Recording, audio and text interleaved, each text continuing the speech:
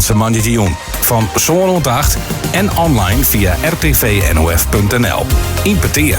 Mij René Koster. En Joenik, mij Anne-Goortske Breteler. Welkom, mooi dat je bent. Dankjewel.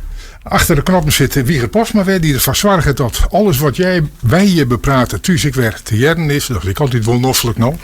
Maar Anne-Goortske, als je die zelf heel kwart introduceren maast bij een oor. Wat zei je dan? Waar bist je? Ja, dan zeg ik eigenlijk altijd dat ik antropoloog ben. En dat is een mooi vaag begrip. Dus dan heb ik nog even wat tijd om het extra uit te lezen en erover uit te denken. Want ik schreeuw, maar ik maak ook wel podcasts en ik doe ook wel tentoonstellingen. Dus het wisselt heel bot. Ik ken de ene mannen vanuit de schreeuwster wezen dat ik dat zit. En de andere mannen vanuit een tentoonstellingsmakker. Maar het begint altijd bij antropoloog. Ja, dat is dan wel hoe keppelend eigenlijk om wat ik van werk doe. Ja. Of de vind je dat misschien wel het wichtigste. Ja, misschien echt wel. Van ik ben Friezinnen. Ja, Saja. Ja, of zo. Ja, klopt. Of ik, neem maar op. Ik ben mem. Ja, dat ken ik nog. Maar ja. ik zeg wel vaak, ik koppel je dat vaak om werk inderdaad. Dat ik antropoloog ben. Ja, en dat zei je antropoloog. En ik tot vernuivert mij. Mm-hmm. Ja, net omdat het net weer nee, maar dan omschrijft hij zelf op Wikileaks LinkedIn al je mij de vrouwelijke vormen. Ja, ik klopt. ben niet een schreeuwer, maar een schreeuwster. Ja, dat is weer, ja. Maar dan ben je wel weer een antropoloog. Ja, maar soms zeg ik wel antropoloog. Ja. Ik ben gewoon helemaal net consequent, merk ik, in wat ik zeg. maar dat hij toch al was. Dat je de ene dag vul je meer dit en de oor meer dat. Maar ik broek het eigenlijk vaak, als ik het qua tekst beschreeuw met wat ik van werk doe, dan broek ik vaak de vrouwelijke vorm. Want dan denk ik, we gaan er al heel vaak gevoeglijk van uit dat toch wel vaak nog toch man uitvierd wordt. En dan ken ik een keer die vrouwelijke kant erin smieten. Nou, dan doe ik dat graag. Ja, oké. Ja, nee, er zit dus wel een zit een licht feministisch gedraging. Ja, precies. Ja, oké. Ja. Nou ja, maar een schreeuwer of een schreeuwster, dat maakt het dan net zo volle uit. Nee. En krijgt als je zit van, we moeten dat verschil opheffen, broek dan maar de vorm. Want de secretaris en de secretaresse is heel wat oors. Viest? Goed generaal. Oh, maar gewoon qua vorm bedoel je dan? Of de secretaresse denkt, dat is een typemiep, om het maar onparlementair te zeggen. Ja. En de secretaris, dat is de secretaris van het bestuur, of dat is de secretaris van de gemeente. En de gemeentesecretaris, wie dat dan vroeger, die het dan noemde ook directeur. Juist. Maar ja, maar dat is juist waarom, steeds maar van oudsher zit dat onderscheid er misschien wel bot in. En ik ga natuurlijk een vrij vaag beroep, lid we wel wezen. Het kan heel bot wikselje en meestal zetten ik gauw dus de vraagtekens erbij. Kist er dan echt van roem komen? En dat begreep ik echt heel goed, omdat het vrij abstract is en heel wisselend per jaar wat ik nou precies doe. Dus dan vind ik het juist wel mooi om te leren. Nou, ik doe als vrouw dit beroep en dat oefen ik op een dusdanige wijze uit dat ik denk gewoon van roem komen kind. Los van het salaris van mijn man of los van wat voor type dan ik. Dus ja, ik vind dat wel mooi om Oké, maar dan beginnen we bij antropoloog. MV. Mm-hmm. Wat is een antropoloog? Een antropoloog bestudeert cultuur door de hele wereld. En die vergelijkt ze. En die zocht wat er meer schippelijk is. Maar ook wat er typerend is voor een bepaald gebied. Voor een bepaald plak. En binnen mijn studie hebben we heel wat jongen naar de net-westerse culturen. Dus eigenlijk alles buiten Europa. Maar toen kwam ik er heel gauw achter dat ik juist Europa heel nieuwsgierig vind. Dus ik ben misschien wel een navelstaderige antropoloog. Want ik vind het juist heel mooi om, ik wil wat nice door te zien van waarom doen wij de dingen zoals we ze doen. Wat hebben we daarom? Je kennen jezelf daar terug beter begrijpen. Je kennen een oor daar terug beter begrijpen. En ja, ik leerde toch wel heel wat in, juist in het klimaat van Joet de Daiwet. Groepen vaak zijn hoerenkoorpleers willen dat je maar iets meer begrip in een soort middenruimte verblijven, weet je ook hoor. Nog wel eens een hoorriking dan willen in plak van alleen nog maar uitschelden en cancel je. Want dat je beter begrijpen hoe de omjouwing is, zoals er is, dan ga je daar automatisch beter inschoging en begrip voor waarom het orenmeesken daarin oors functioneren. Ja, en Big zat je het echt hoe je eigen omjouwing hebben, denk ik. Als je meer begrip hebt van hoe de dingen werken vanuit de cultuur, dan zit er ook automatisch een historische factor bij. Dat is ook wat in mijn werk een proto naar voren komt. Maar ik denk dat dat dan ook een soort verantwoordelijkheidsgevoel schiept voor de omjouwing van de meesten om je heen. En dat vind ik altijd wel een mooi beginpunt. Om daaruit waar te zien van, goh, wat kun je van een oor budgetten? Wat kun ik van mezelf budgetten zelfs? Oké, dat pellen we dadelijk even verder aan. Ja. Maar even naar het begin. Worden jonge Anne Goortske altijd al antropologen? Nee, die wist net wat ze woe. Ze woe een studie doen waarbij had ze precies net een eenlijnig beroep komen zoeken.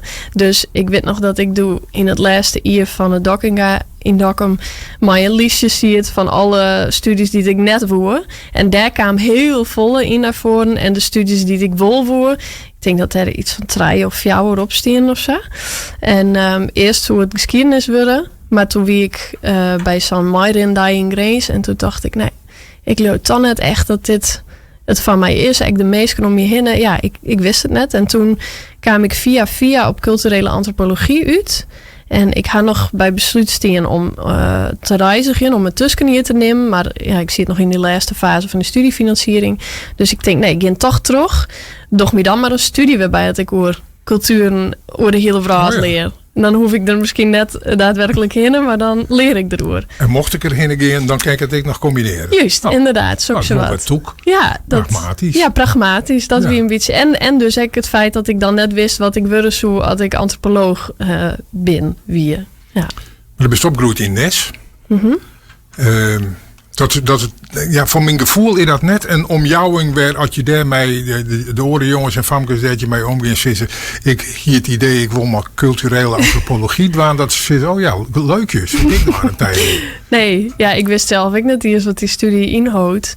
Het wie pas echt doet ik me daarin verdieping dat voorbij kwam. Maar ik kom van een pleats en mijn ouders ben ik helemaal in dat culturele milieu had ze altijd bevonden. De meesten die wij aan de keukentafel hier weer ik toch wel vaak wat oorzaaks wat ik om me heen zeg, steeds mee te dwarpen. Protte maffe types, zeg maar. En dat vind ik gewoon echt heel leuk om als band te zien dat de saffel verskaat is in meesken. En ik denk dat dat wel mijn nieuwsgierigheid ook onwakkeren had. Van waarom doen meesken de dingen zoals ze doen. En waarom kiest de ene een vrij traditioneel paard bewijzen van. En waarom breekt de oren daar helemaal los van. En kind die soms zelfs er iets van vinden uit een oor wel dat traditionele paard aangeeft. Ja. Dan brengt het nog zelf ter sprake. Ik wil mij opzet zien. Zelfs net waar ik denk, het komt vanzelf voorbij. Maar door best behalve alles wat we al benemen, ik de dochter van. Ja, ik ben de dochter van Gerrit Breteler en Anke Bielsma. Precies, en dat is net een trostsneed huishouding. En had het ik nooit wist. Nee, dat zult ik nooit worden. Een cultureel plak, een broersplak. Dat kunstenaars en tinkers en schreeuwers en van alles en nog wat een waar moeten. Ja, en ik wil daar groeide sto in op. Ja, klopt het. Maar ik wil gewoon zeg maar, de verbinding houden met de dwarpen en zo om je heen. Dat vind ik ook heel wichtig. Dat vind ik ook heel leuk. Dus net zo van, wij binnen dit ploegje artistiekelingen en wij zonder u want wij zijn helemaal in uw maakproces en zo. Nee, het is juist heel mooi. Als je mij al die verschillende mensen die het al op hun eigen wijze het leven leren, om daar maar in contact te staan en om daar wat van te leren. Ik denk dat dat ook iets is wat mijn ouders me heel wat mij doen. Ja, dat vond ik wel opmerkelijk bij die. Dat zo op het moment dat het voor de studie ergens oors ging, gongst altijd die baan met der Westwijs kwamst vasthouden hast. Ja. En andere mensen die het voorgaan, die zeggen, dat boerse jongen, dat waarom ik ben sabliet dat achter me litten koe. Ik ben nou in Amsterdam. Nou, je gaat een nieuwe vrouw van me hier en ik ga nooit weer waarom naar die oren. Maar bij die dat eigenlijk altijd de combinatie van beide bleuren. Ja, tot in den treuren dat mijn vriendin in Amsterdam ik zei, je is nou al ver het weekend waarom. Wat mast u daar dan? Maar dat wie van mij, ik ben wel echt heel erg hechte en boen om in bed te groen. Ik merk dat had van een grutpad uit te steen mij. Dat gezin waar ik uitkom, dat wie een heel hecht gezin, dat is het nog altijd. En de familie daaromheen. Maar dat had toch echt te krijgen met een soort eikpunt van mij, wat die sediek is, wat die landerijen binnen. Ik ben door de jaren heen heel iets vaker merken dat ik best een introvert persoon ben. En dat ik het dus echt heerlijk vind om even al die prikkels door me heen waaien te laten achterdiek. En om dan even uit te staan. Dus ik denk dat dat misschien de combi ik wel best had. Dat ik aan de ene kant de stad machtig mooi vond. In alle facetten hoe je dat als student belibje willen.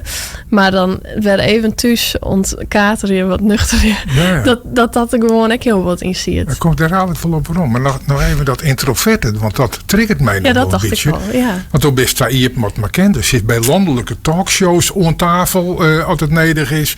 Toen krijg je overal litten. Je bent sprekster. Je hast een podcast. Hoezo introvert? Ja, maar ja, dat is dan echt wat je shenlitten of zo. En ik merk dus, dat is van mij had dat ik heel lang worden voordat ik nou tot dat punt kom dat ik denk, oh ja, ik wie vanzelfs doe ik een lied van ik best verlegen en ik ga altijd wel wat stiller west en op een gegeven moment is dat mijn werk en zo, dat roegelen al je wat bij elkaar. Ik ga wat dat betreft mijn stem ik wel voelen, denk ik, maar ik merk nou ik wil dat ik het echt heel noffelijk vind om gewoon lekker wat in de tuin om te werken en ja, wat een eenvoudiger bestaan te leren. Naast dat hele leuke extroverte deel. Maar dat wel naast elkaar bestaan had. Ja. Die verbinding tussen het in en het oor gaat altijd vasthouden. We nemen dus die zelf, ik ga het even weer opschrijven, correspondent binnenland buitengebied. Ja, dat is een term die ik ooit een keer kopt ha op LinkedIn. Maar dat is al jarenlang. En ik zal je vertellen, René, ik ben gewoon echt net goed in het bijhouden van mijn socials. Maar ik had dat destijds wel eens een soort geuze naar mijn broek. Dat ik dacht, ja, dat plattelandse karakter, dat maakt veel meer in de landelijke media. En daar ben ik nog steeds wel mee dwaande op mijn eigen manier. Maar ik weet net dat ik echt een correspondente ben die van alles op behichten is wat er speelt. Nou, dat je het misschien wat vier, maar er is wel een watskipper uit de regio en dan nog specifieker de wat eerst Frieske en dan misschien de Waardkust regio. Dat stukje. Moddergot, Nes, PSS, die hoeken. Ja, dat komt omdat ik daar wel zelf wen je. En ik merk gewoon dat uiteindelijk de onderwerpen die ik oppak beginnen vaak vanuit een soort vraag van mezelf. Wat kan ik leren over mezelf? Wat kom ik hier in? En daarom is het, je zit dicht bij huis. Dat triggert mij. En dat is denk ik toch wel vaak bij misschien keuzes of makkers, dat je een soort egocentrische vraag stellen. En op basis daarvan ga je de boer op een paard. En dat is wel wat mij dreeuwt. Ja, maar de eerste inspiratie doch je op in je directe omgeving. Ja. En daar ontstie ik wel misschien wat dat weer in Trobraak, het boek De Traanjagers. Klopt het. Dat ontstie je daar ik uit vanzelf. Ja, Kijk ik wat nog wat te zitten, hoe dat proces hem ontwikkelen had? Dat was echt heel leuk, want de mast op de middelbare school altijd een profielwerkstuk maatje. En toen ga ik op dat stuit, toen ik een hier een sextje Santje, toen werkte ik als bijbaantje in de kroeg in Lusses, in de Boentebok. En dat wie een oud Walvisvaderscafé. En toen heb ik van mijn profielwerkstuk de vraag gesteld, wat betekent de modderschildering in dat café nou? En dat wie een tafereel van uw Walvisvaart. En zo ben ik al jaar oudere walvisvaders uit de omjouwing bevredigen. Want die blikte nog te leven. Precies, dat wie echt van mij een hele naaie eye-opener, dat die er gewoon nog wien. En dat die in de 80 wien dat wel. Maar dat ze nog al je foto's zien en verhalen. En die ben ik op een gegeven moment bondel in gaan. Daar is eerst een werkstuk uitkwam en later dacht ik, ja, ik mat hier gewoon wat mee. Dan maar misschien een fotoboek, maar ondertitels bij die foto's. Maar verhalen uit de eerste hand. Juist, dat wie het doel. Omdat net verlen litten te gaan. Dat wie het belangrijkste. Ja, dat smeert natuurlijk verst een leuk profielwerkstuk op. Ja, klopt het. Maar uiteindelijk volle meer. Ja, uiteindelijk volle meer. Toen ging ik dus naar Amsterdam om te studeren. En toen op een gegeven moment werkte ik bij een orenuitjouwerij. Of als bijbaantje ik werd. En toen zei die van, ja, maar wist je net gewoon een boek schrijven? Ik kan die nou wel helpen bij de Amsterdam University Press on een contact. Nou, en zo is het kwam. En toen wie eigenlijk vrij gauw het idee, oké, er komen heel veel foto's in, maar het verhaal van die man wordt het wichtigste. Dus die man die gist interviewen en dat gist uitschreeuwen. Nou, en toen ga ik een schreeuwcursus volgen, literaire non-fictie, wie dat. En zo is het baltje rol ingegaan. En is er inderdaad toen in 2018 het boek De Traanjagers uitkwam. Ja, en dat weer nogal succesvol. Ja, dat weer echt heel erg leuk. Omdat als student zo mooi te maken en dat zo Ja, de media pakte het op. Het boek Ja. was verkocht ze zelfs. Ja. Er kwamen al die jongen waar ze daarover vertellen mocht. Meesten waren erin geïnteresseerd. Ja. Want kijk, zat de tijd even pakte van.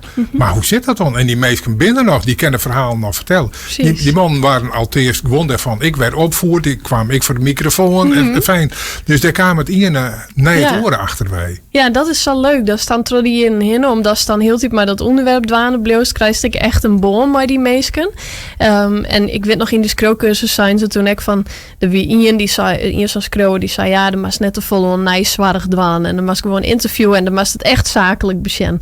Maar dat kan het als je in de omjouwing wennest, waarbij als die meesken gewoon bij een kuier komt ze in, bij de winkel komt ze in. En dat vond ik juist, dat maakt het van mij eigenlijk alles. Omdat ik daar toch echt het gevoel heb dat er een heel veilig netwerk van al je meesken om je heen zit. Maar ik gewoon dit bijzondere verhaal mooi maken hebben. En daar zo nou en dan en hoe dealen willen. Ja. En dan wie je dit in die zin een veilig onderwerp. Want iedereen vond het wel nieuwsgierig en kon daar wel verpleetsen. Maar dit wie ik wel, het waard wel betwist. Omdat die walvisvaart vanzelfs wel een soort, dat winst is maar de chinloeren van de verheerlijkst die walvisvaart. En dit wie wel, ik kreeg in die periode dat IJsland toen nog wel op walvissen jaaide en toen weer net. En dat wie ik wel, het had wel ter discussie staan, omdat die walvisvaart aan zich daaruit. Ja, door verheerlijk de stad helemaal nee, zeker net. Door beschreeuwd. Ik woe de context aan van hoe dat destijds badde en waarom en wat er nou nog dan van te sissen valt. Ja.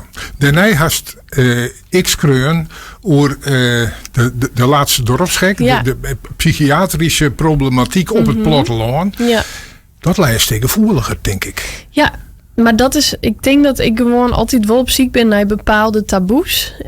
Want ik vind dat heel nieuwsgierig dat er ergens net hoe praat jet te worden om dan toch het peteer op gang te brengen. En dat wie zeker het geval maar de laatste dagen van de dorpsgek, dat boek. Omdat geestelijke ongezoenis is natuurlijk nogal een taboe. En het is ook nogal wat om daar helemaal mooi hierpen naar voren te treden.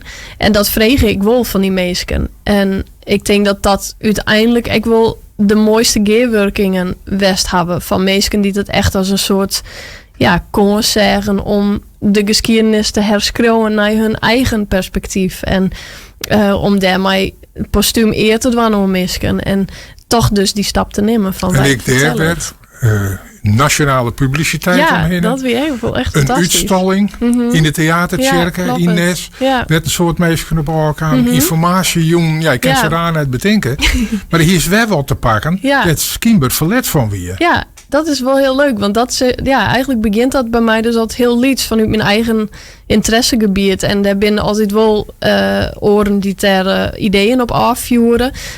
In mijn vriendenkringen, in mijn kennissenkringen. Dus dat helpt altijd wel heel bot. Maar je moet het dan toch vielen van dit hing het ergens in een loft of zo. En dan pak je het en dan dat is altijd het risico voor zelfs. Je weet er nooit hoe dat wordt. Maar dit waar het goed oppakt, Ik ben er vol meer dingen die ik vreeg je wil. Maar maar ik een beetje de verdeling van het in en het oor in de gaten houden. En ik had die ook vregen wat muziek uit te zitten. Ja, klopt het. En dat mocht in willekeurige volgorde. Maar ik vond het wel mooi om te beginnen. Mijn nummer van Gerrit Breedler van Dienheid. Dat lui wel van de hoorn. Ja. En daar haast Sint-Jon de Dwarmer keersen. Dat staat eigenlijk voor een soort zwerver, zeg maar. Hè? Ja, klopt het inderdaad. En het grappige is dat ik dit nummer eigenlijk nooit echt samen eens uit besprutsen ha. Als je het meest van de hoorn lezend wie het noemen Catharsis West, dat had er van mij Daar hebben we het ook volle vaker hoorn. Maar nood ik de Aron treien hier, zo'n is uit verstoren is wat vaker zijn muziek weer harkje. Komen er in één keer lied naar voren die ik heel mooi vind, maar werd ik dus eigenlijk net zo volle van wit. Of ik net wit wat hij daar precies maar bedoeld had. En dit lied wie van mij ik luisterde dit heel vaak omdat ik het een prachtige meldij vind. En tegelijk zit er in de tekst ik wil iets heel, heel dravigs besletten, maar het is echt treestend op een gekke manier. Dus ik vond het wel heel mooi om deze eruit te pakken, omdat het net een van zijn meest bekende nummers is. Maar van mij wel een soort budget, Ben jij er even naar, dan praten we er dadelijk nog even over terug.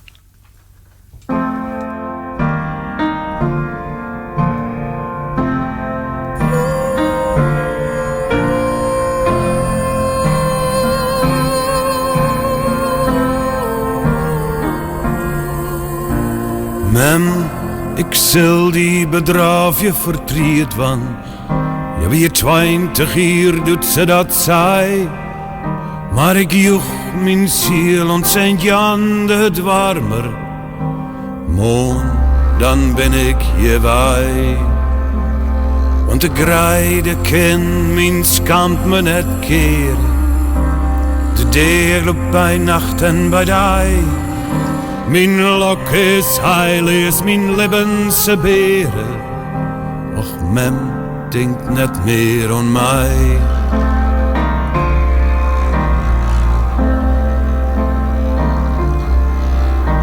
De sneeuw doen het heeg, groene mul van de bjemmen. Onleig het is koud en skier. De wind squozen in vergeten stremmen.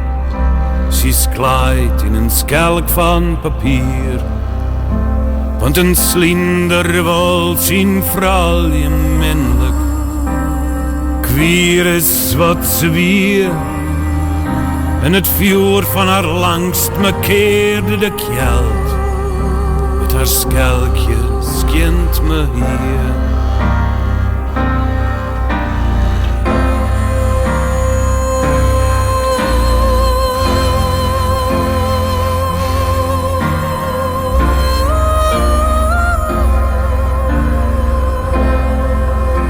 Smoegend, volgend, steeg en dreig. Oneinde bevezen leer.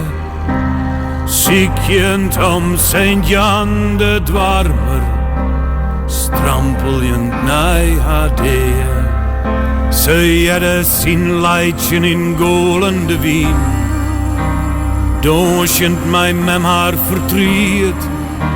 Een begrafenis lied, een schelk van papier. Naast een kruis van 20 jaar.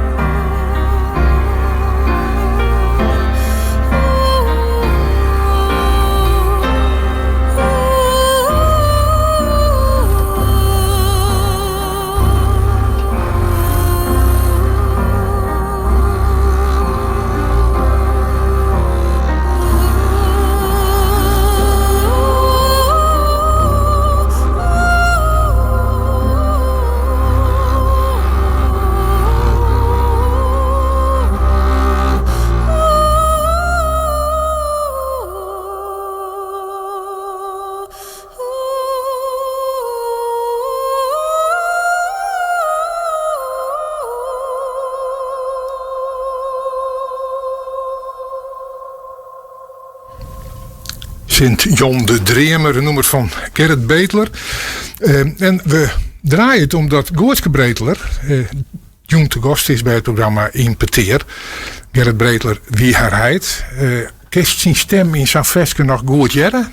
Ja, dat ken ik eigenlijk best wel goed aan, merk ik. Vind ik heel noffelijk. Doe ik in verwachting wie van mijn zwantje, die nou haast 12 wordt. Doe ik dus nog maar een ierling dat hij verstaan wie. Doe ik ook al een protte nice muziek luisteren, omdat ik dacht, dat is echt mooi, want dan jet dat jonkje in mijn buik die stem al. Dus ik denk dat ik het toen al aardig terug in van, nou ja, dat het ergens ook wel confronterend is natuurlijk, omdat die stem er net meer is. En ja, ergens ik zie zangstem ik wil wel los van de heidstem of zo. Okay. Dus dat maakt het misschien echt nog ietsje dus makkelijker. jonger Gerrit Beetler, wie toch weer een oor als...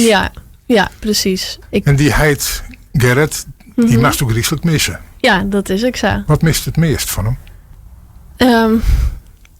Ja, gewoon zijn onwijzigheid in het duister leven. Dat rekt het meer omdat hij had mijn zwijntje nog nooit zien. Nee. En dat zijn de grote dingen, net niet zozeer de boeken die het uitkwamen binnen of de werkhichtenpunten, maar ja, het feit dat je gewoon... Het heeft hem gunt dat er dit soort dingen natuurlijk ik. Ja, maar ik hield mezelf ook gunt dat mijn heid erbij was wie en dat hij daar mij riet en die het bijstinken en ik van mijn mem dat zij als paken en beppen een nieuwe rol te vervullen hier en dat is gewoon heel spietig dat ook hoor misrint. Wat voor relatie hier is mij? Ik heb wel echt een hele hechte relatie met hij altijd gewoon. En ik viel het eigenlijk nog steeds zo. Ja? Ja, ik had nog steeds wel het gevoel dat hij op een bepaalde manier bij mij is. Omdat ik aan hem denk, omdat hij in mijn herinneringen er is. Wie een heel soort mensen die zijn, ja, er komen aan dagen en dan verjist hem een dag. En dan is dat een nieuwe stap in die rouwproces. Maar ik ga eigenlijk nog geen dag gewoon dat ik net aan hem tocht ha, omdat hij zo in mijn referentiekader zit, ongemerkt. En dat is wel echt een groot geschenk. Dat hij had een hele onwijzige huidwest. En daarom had er extra volle stempel erop drukt. En dat is heel mooi. Hij wie misschien net een huid die mij voetbalde. Of, nou die ik dat zelf trouwens ik net. Maar dat ik misschien wel van hem. Maar wel in West hele goede peteren mij vieren koerdest. En juist denk ik in het praten. Ja, dat we ook daar heel wat van hebben. Ja, ik een hele onwijzige mem. Ik ga echt een hele onwijzige mem, absoluut. Ja, en dat is dus ook wel het mooie. Dat is dan gelukkig dit ook al je dierlijk is. Ook het verlies en het verdriet. Wat wel weer heel oors is als vrouw van of als dochter van. Of mijn broerke dan. Dat is natuurlijk ook weer een oor. Ja, je hebt al je een oorrouwproces. Maar wij binden er over het algemeen heel iepen in. Dus dat is, ja, omdat wij een hecht gezin hebben, dat heel noffelijk. Dat is echt dat. Had het in relatie met die mem verloren? Ja, maar dat is gewoon echt heel apart gingen al. Ja. Mijn huid verstoor, mijn mem was een paar maanden daarna ziek. En eigenlijk op de dag dat zij dat ze de chemo's in moest, hier ik een positieve zwangerschapstest. Dus ik weet net eens meer zo goed wat de bono precies verloren had. Al die emoties die speelden door maar heen. Mijn hormoon en weet ik het wat. En haar uitstelde rouwproces misschien ook wel. Omdat ze niet een keer echt van haarzelf vluchten moest. En het rent zat er ook hoor. En misschien is dat juist ook wel mooi. Dat is de hoest ik net overal de vinger op te lezen. Dat is ook iets wat ik mezelf wat meer leer. Dat ik net alles hoef te begrijpen waarom het iets sagien is, dat het geen is, maar dat het ook gewoon goed is. Sa. Soms krijg je gewoon extreme litten en dan zoals verst uitkomst. Ja, inderdaad. Dat is denk ik nou ook juist in deze periode, nou 3 jaar na dat dit al je bad is, dat ik denk, oké, en nou ga ik even achteruit zitten en ik laat het al je even gebeuren en dan zie ik wel wat er voorbij komt. Ja. Dus het feit dat ik nou rekken wil als mijn vreugdes naar mijn huid, dat is ook nee van mij. Of tenminste, in elk geval als ik zo ergens zit en ik wat even mijn zegje dan. Normaal spritsen koe ik dat goed scheiden. Maar ik vind het eigenlijk wel heel fijn dat ik dat nou net meer ken. Omdat het zo in mij zit, dat verdriet. Dus hij zal dat versje wat we niet jedden, dat had ik wat verdrietelijks. Ja. En dan keppel ik dat om een thema, daar ik druk mee aan de gang geweest had. En dan ging het benamen over boeren. Ja, klopt het. Mensen op een plaats die haar zelfs te kwad dienen. Ja. Want het voelt hij op in de statistieken dat tal hoe griezelig grut wie. Ja. Kerst daar kwad nog wat te zeggen? Ja, wist, dat is echt wel opvallend voor het platteland. Dat er over het algemeen minder onspraak maken wordt op geestelijke zoenen zwaar. Maar dat is aan de orenkantjes dat de suïcidestatistieken, om het maar even heel clean te zeggen, dat die volle heger binnen. Dus daar kist wel zeggen van die problematiek heerst er wel degelijk. Maar er is schijnbaar een drompel om help te zieken. En waar wordt die terug vormen, die drompel? Nou, in mijn boek heb ik daar wie het weinig onderzoek naar die. En ergens denk ik dat toch besletten leidt in dat grote meerskipsgevoel wat wij hier op het platteland meer hebben als in de stad. Wat ik wil afbrokkelen is de oude decennia. Maar weer terug had je wel vaak het idee gasten kind wil denken of oh, maar als ik nou zie dat ik naar de psychiater ga, dan denken ze misschien dat ik gek ben en dan wil ze me er net meer bij hebben. Gewoon bang voor de uitsluiting.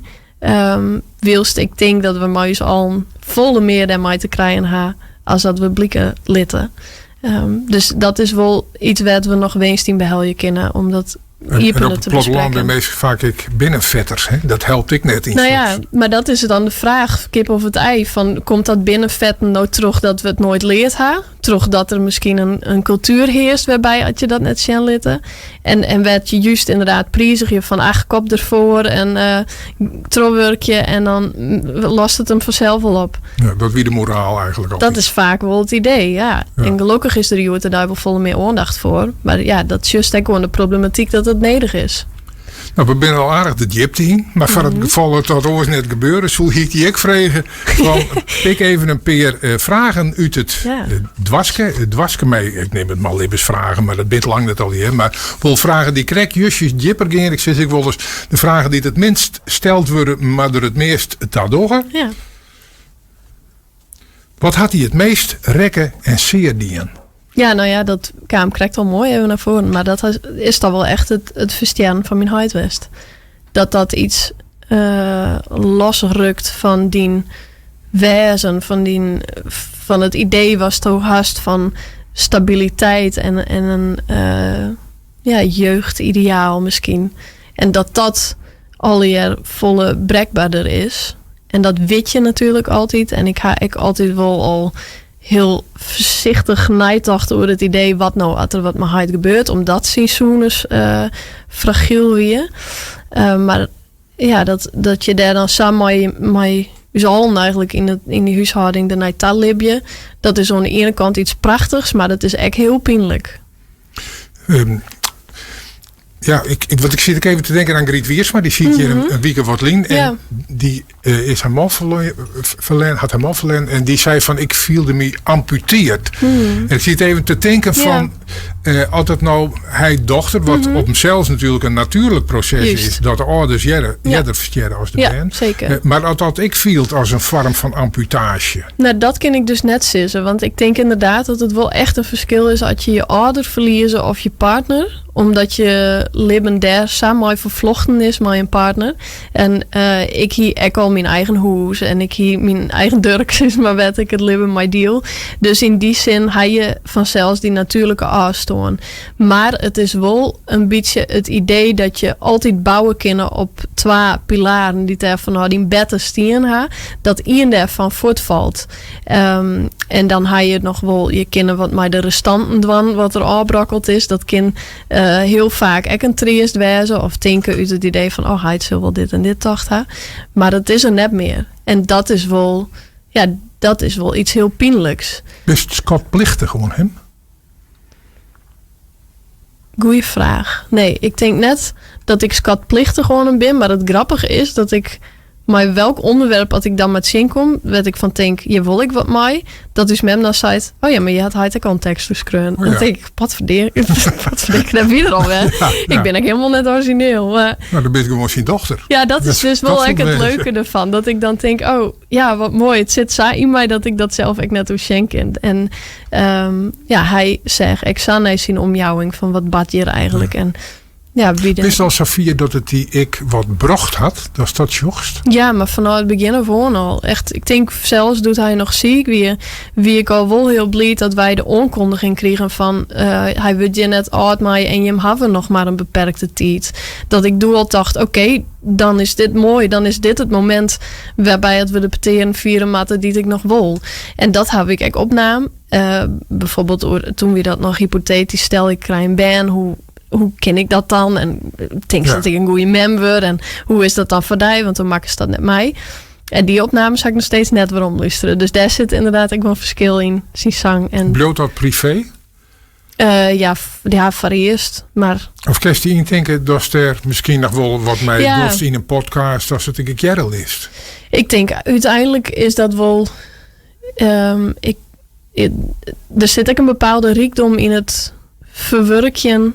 Letterlijk dan van ideeën, van teksten, van iets maatje mijlkoor en dan zo hij er ik al maait van, ik al is hij er net meer. Dus ik kan me best voorstellen dat dat een ziektocht is die ik nog wel eens begaan wil, maar dat nog te vast is om nou echt helemaal al bij de kop te pakken.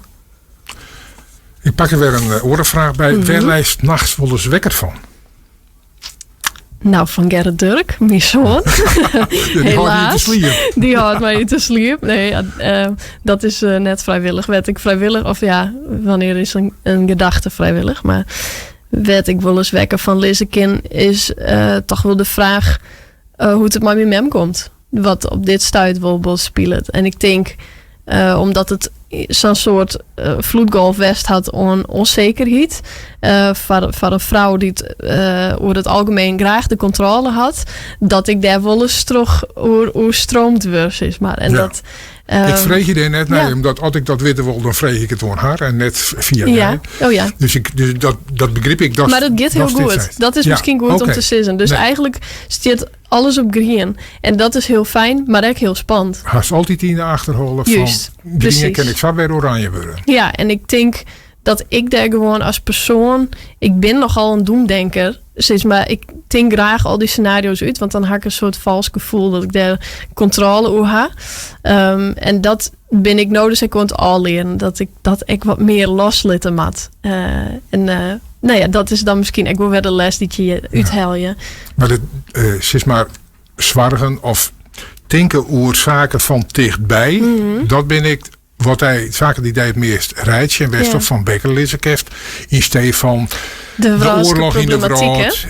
En de klimaatontwikkeling. Ja. En van die gekken als Poetin en Trump. Ja, ik maar toch zeggen dat ik dan inderdaad lekker in mijn viskershuisje in Moddergat zit. Ja, dat waait om Moddergat heen. Ja, maar dat komt echt wel denk ik omdat ik zo volle concrete zwargen van dichtbij hoornhaft de oren dat ik gewoon mijn focus west had. En ik krijg natuurlijk het nice wel mij. En ik merk wel zoals ik mem ben dat alles wat hoe bang gaat, dat me meer ongrijpt als eer verhinnen. Dat is echt, volgens mij zei hij dat het een laatje ierperscoot en dat gaat net weer dicht. Nee. Als je ouder bent. Dat gewoon wel iets heel nice ierperscoot. Maar ik ken ondanks alle ideeën van de wereld zit in de fik nog wel lekker sliepen. Ja. Nou, gelukkig maar. In de tweede en laatste vraag het waske. Wat wit ijs nemen van die? Ja, dat is een hele goede vraag. Want er zijn heel volle dingen die Jim net van mij weten, denk ik. Maar die is dan wel met uw dielenworst. Ja, dat moet precies, er misschien even achterom. Ja, nou, ik zit te denken, had ik iets... wat grappig is, ik had het hele boek over die geestelijke zonen schreeuwen. En eigenlijk heb ik mijn eigen perspectief daar net zo bot in mijn naam. Net omdat het nou daadwerkelijk heel erg speelt. Maar er zijn wel dingen... Ik heb best wel volle angsten altijd al horen. Ik als Leeds ben en zo. En ik kom dat nou pas eigenlijk volle meer in. Dat ik denk, ach heden, nou ga ik gewoon een heel boek schreeuwen over geestelijke zones. En ik heb me net echt heel erg ten diepste afvregen wat het maar mijn eigen geestelijke zones dienen had. Of wat dat hele proces en het werk wat ik dacht wat dat teweeg brengt. En ik ga dus nou even een soort stap in mijn grote werkdingen dat ik onsteem had. En nu merk ik van, ik had toch echt wel zo nou en dan paniek situaties meemaken. Of dat ik een soort paniekonval vielde. En dat zijn toch wel dingen, weet je, van naar een psycholoog kennen eventueel. Maar daar heb ik echt best wel van mezelf streng best van... Ach, gaat wel weer hoe gewoon terug zetten, gewoon de dingen van die dorst. En dan gaat dat wel weer oer. En daar praat ik dus ook net zo vol over. Maar komt misschien ik wel, omdat als wetenschapper en als creower ik leert hast om van boeten oor te zien naar een situatie. Correct. En dat vervolgens te beschouwen of te bestuderen. Wat dan ik. Precies. Ja, dus dat is wel grappig dat dat dan heel makkelijk gaat van een afstandje. En dat ik daarmee indirect ik wil iets voor mezelf leer. En dan kan ik het beter begrijpen. Want dat is wat ik heel graag wil. Dat ik dan dingen snap waarom dat ze zeggen.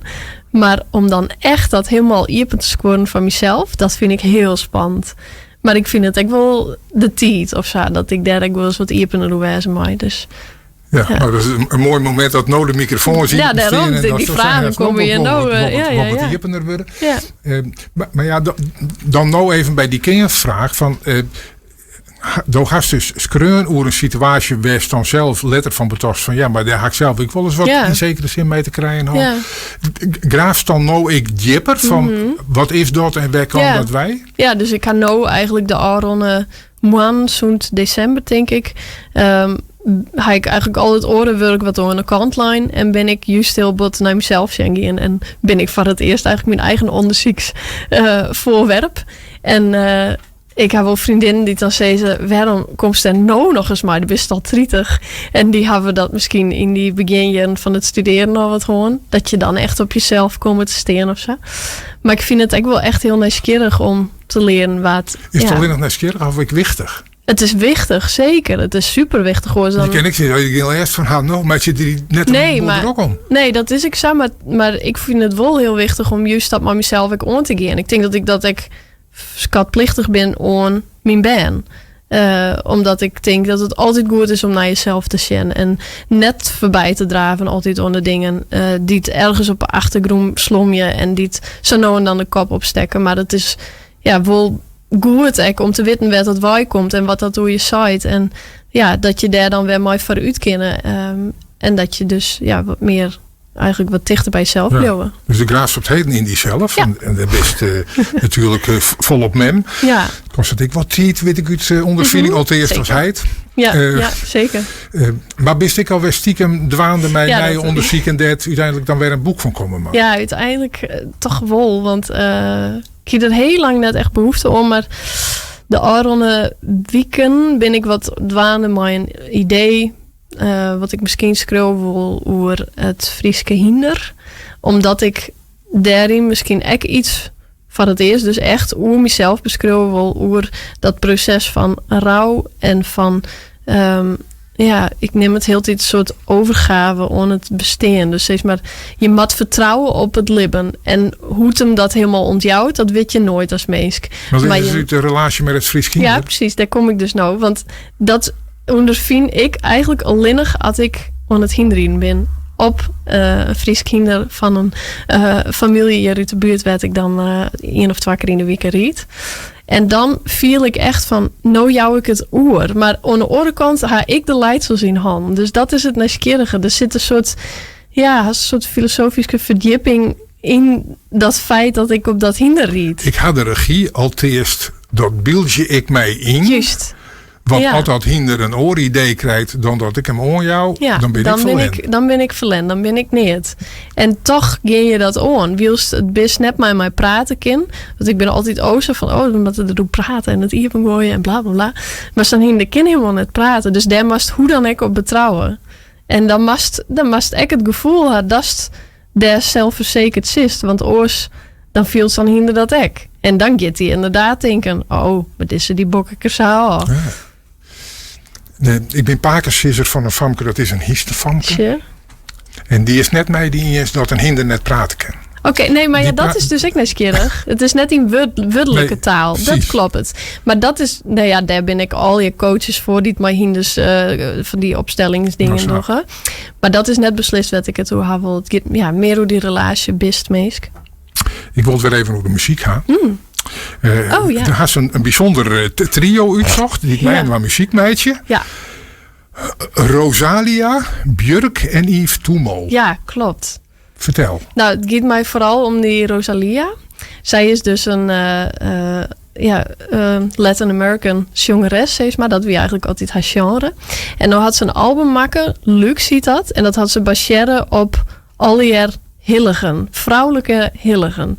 En dan had ze uit al je taalgebieden die taal, die dus die hilligen zoals Hildegard van Bingen bijvoorbeeld, daar gaat dat Veska aan hoor, had ze dus die taalgebieden mijn naam. Dus ze maakt een hele interpretatie van die tekst, die helpt ze naar Joertedij, naar haar eigen stijl. En daar zie ik het ze dus ook nog meesken bij die dat mij haar vertolken. En dan maakt het ze ook nog gebruik van het hele orencultuur. Hele orencultuur. En dan maakt het ze ook nog maar klassieke muziek, combinatie van technomuziek. Ja, ik vind het echt fantastisch.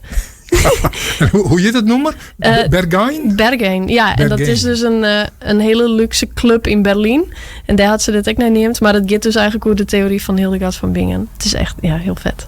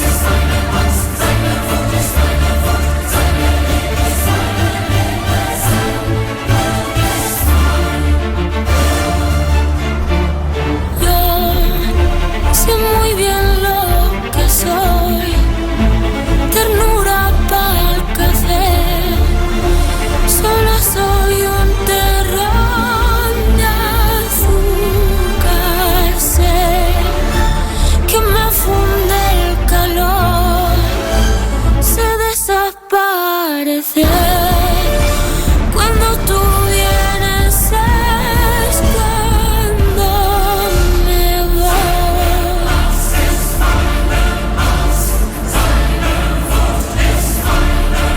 This is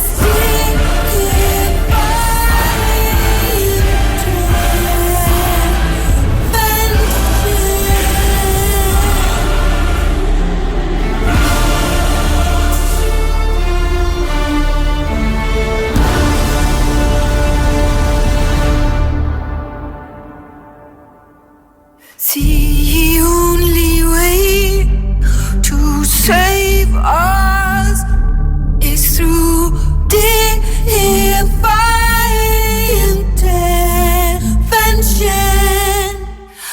The only way I will be saved, divine intervention. I'll fuck you till you love me. I'll fuck you till you love me. I'll fuck you till you love me. Till you love me. Till you love me. Till you love me. Till you love me. Till you love me. Love me. Till you love me. I'll fuck you till you love me. I'll fuck you till you love me. Love me. Love me. Ja, alledaags is net het top 40 zullen, denk ik net helje, maar Ja, nieuwsgierig mooi, is het wel. Had het top 40 zeker, hellen? dat had heel heeg staan. Hoe Ja. mooi. Nou, Ja, het is wel zoals echt me pop. dat ik net meer van de moderne muziek ben. Maar ik kom ermee in de kunde onder oren omdat Anne Goortske Breitler de gast van impeteert van jong der mij kaam is. En we hadden dadelijk nog een pronkje, daar geven we het programma dan mij uit. Maar goed, Anne Goortske, door wist we haar al een heel soort van die het had een soort verteld. Maar had ik altijd nog de reactiecarousel. Ja. Waarbij ik 24 begrippen namen of zo wat op die afjurje. Met als doel, daar stond er een spontane, directe reactie op jou. En dat was alle 24 aan. Kunnen we daar eventueel nog even op waarom komen? Nou, Want, rappapa. plastische chirurgie, Lekker dwan als daar behoefte aan hast. caviar, Ja, dat is wel heel duur. Maar goed voor de zeevaart, denk ik. de bonuskaart, Die viert ik altijd. huiselijk geweld, Dat is wel echt verschrikkelijk. woke, Ja, gemengde gevoelens links-rechts. squamfamilie, Heel leuk. flitsbezwargers, Ja, dat is ook wel. Ik denk voor dan fatbikes en zo. Elon Musk, Ugh. Forum voor Democratie, Ugh. Snijsrest, Oh, dat is op zich wel lekker. Maar ja, had je de behoefte aan haar? glamping, Ja, dat is echt een oorreder. monogamie, Ja, dat is voor mij persoonlijk ook een oorreder. Maar van een oor, ik lekker zelf weten. volle mailboxen, Ja, dat is een probleem die ik ook ondervind. complimenten, Heel leuk om te jan en om te krijgen. complottheorieën, Ingewikkeld. sneakers, Handig, praktisch. witte wien, Lekker, als het maar droeg is. belisting, Ja, vervelend. de hoenderkop, Ja, dat is wel feest. groepsapps, Die maar dempen. koning Willem-Alexander, Ja, wat zei er ook alweer? Taschen. Dokkum, Friesland, Taschen. nachtbraken, Ja, als het een baby hast, onvrijwillig. Als het een feestbeest is, vrijwillig. fast food, Ja, dat is soms lekker, maar dat zoek net te vaak dan. scootjeschillen, Dat is wel heel leuk. Goeie traditie. ramptoerisme, Ja, dat is... Als je dan helpers eraan haalt, is het handig. Maar oors lekker thuis blijven. Kist het ook op RTV NOF wel vinden. dit is in 24. Bij was nog wat meer hoe is hè? Hoe de witte wien, Ja, dat is... of hoe woke, of hoe Forum voor Democratie, of hoe de snijsreis, hoe de complimenten misschien. Nou, ik denk... die witte wien, dat is wel een goeie. Want dat is natuurlijk nou ook helemaal niet nice. Hè? Dat alcohol werd nou aan zijn eigenlijk het volgende roken, heb ik lezen. En dat is natuurlijk... Ja, ik snap heel goed dat er al je zoenersproblemen uit voortkomen en zo. Maar dat dropt ook een beetje het dilemma op van... wat is de betutteling en wat mag je zelf bepalen? Nou, ja, daar is antwoord op. Nou ja, ik denk dan, ik ben volwassen en ik denk dat ik vrij verstandig met alcohol omgaan kan. Dus ik drink echt net te vaak. Dus laat mij alsjeblieft een niertje van mijn droege witte wien, had ik daar zin in had. Meisje, vroeger die ik dat dan op stap, ik wil maar een sigaretje erbij en dat doe ik nou net meer. Dus ergens werkt het zo'n campagne natuurlijk wel. Dus ik snap als je echt alcoholist bent, dan was dat inderdaad vooral net van. Dan was het goed om die lippen tinken. Maar als je daar vrij verstandig mee omgaan kan, dan zoek ze het toch. Ja, ja. Ja, maar het bloot wel een discussiepunt vanzelf. Hè? Want Ja. je kent wel haar oer eigen verantwoordelijkheid, maar het probleem is correct. Als je 2 glasjes wien hoorn haar, dan wordt dat verantwoordelijkheidsgevoel neemt af. Ja, maar is dat echt zo? Want ik kan dan ook prima zitten Ja, van dat ik is stop echt je zo. wel. Ja, oké, maar ik bedoel... ja, maar voor het gros misschien. Maar het meesten dat vind ik eigenlijk crackers mijn stem. Ik vind eigenlijk dat je best wel uitgaan mag van een algemene kennis van mensen. Dat ze weten van, oké, als ik heel veel wien drink, dan is dat slecht. Want dan geeft mijn hersencellen erover. Dan heb ik zoveel meer procent kankerkans in mijn lippen. Dan heb ik... Dus je mensen die daarop praktiseren op het moment dat ze een glasje drinken. Nee, op dat moment misschien net, maar ik is net denken, ik kan elke dag volle glasjes drinken. Ik vind toch gewoon dat het uitgaan is van een soort Eigen algemeen- verantwoordelijkheid. Dus Ja. dat we bijvoorbeeld verplicht hadden dat je de autogordel omhaalt. Dat kunnen we wel mee ophouden, want dat Ja, mag maar- iedereen zelf, nee, maar want met ik eigen denk dan verantwoordelijkheid. Als je zo'n verstoren hast, dat ding dat is er in de auto, doch hem lekker om. Maar dat gist uit van een zo'n verstoren. Ik vind daar toch wel wat van het meesten dat echt wel zelf betinken kunnen. Ik ben vrij links, maar ik ben dan toch echt wel wat liberaal, merk ik. Dat is vrij links. Ja, als antropoloog heb ik dat wel te. Is dat zo? Ja, op mijn opleiding winnen ze wel echt linkse die meesten al hier. Ja, precies, dat bedoel ik. Maar dat zijn al die meesten met de witte boorden. Die nog nooit overal onhoorn ha. De geiten wel een zakken En nemen. die nog nooit een arbeidersputje uitviert ha. Ja, dat is Al die mensen die het wel thuis blijven konden in de coronatijd, omdat hun beroep er eigenlijk net aan Nee, die. gelukkig net. Ik kan Die het groep. helemaal ontkrachten. Want Oh. een soort van mijn vriend van die opleiding, die zitten bijvoorbeeld bij het ministerie en er binnen antropologen in het bedrijfsleven en de activisten overal. Ja, Nou, ja maar genoeg ben we mij velen en we zitten overal. Dan is je nee. net plat praten. Ik ken het wel. We zitten aan het eind van het programma. Nog even, Nijwieke, dat is dan de laatste uitzending van dit programma van de Simmerstop. Door ik wel al je leuke dingen, maar dat lees ik Nijwieke wel uit. Maar Nijwieke zit je Jan Willem Zwart van Boetenpost. Dat koest hem net. Nee, maar sorry. het is, maar jij is een bijzonder nieuwsgierig en bevlijende man. In de natuur, de veiligens, vogelzang staat, al je zaken dat er mee dwaande houdt. En nog volle meer dan dat. Maar nog even de laatste muziek. En dat is White Horses van Wolf Alice. Ja, dit sluit wel weer mooi aan op het thema wat we krijgen hier nu de hinders.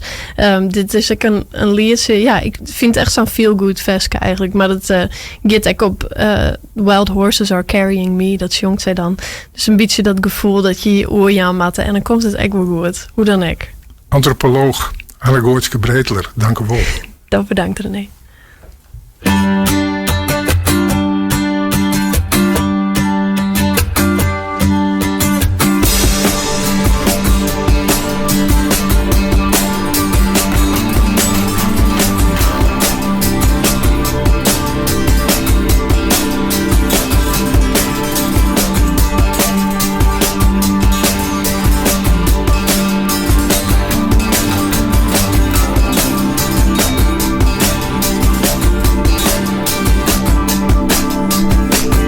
And love have magnetic properties. Wrote a scholar from the island that they kept from me. And I don't need to solve my unknown identity. Just need an answer to the question in the taxi. My sister paints apathy like blasphemy, but I never thought names deserve such energy. It's my choice to choose who I embrace as family, and my choice to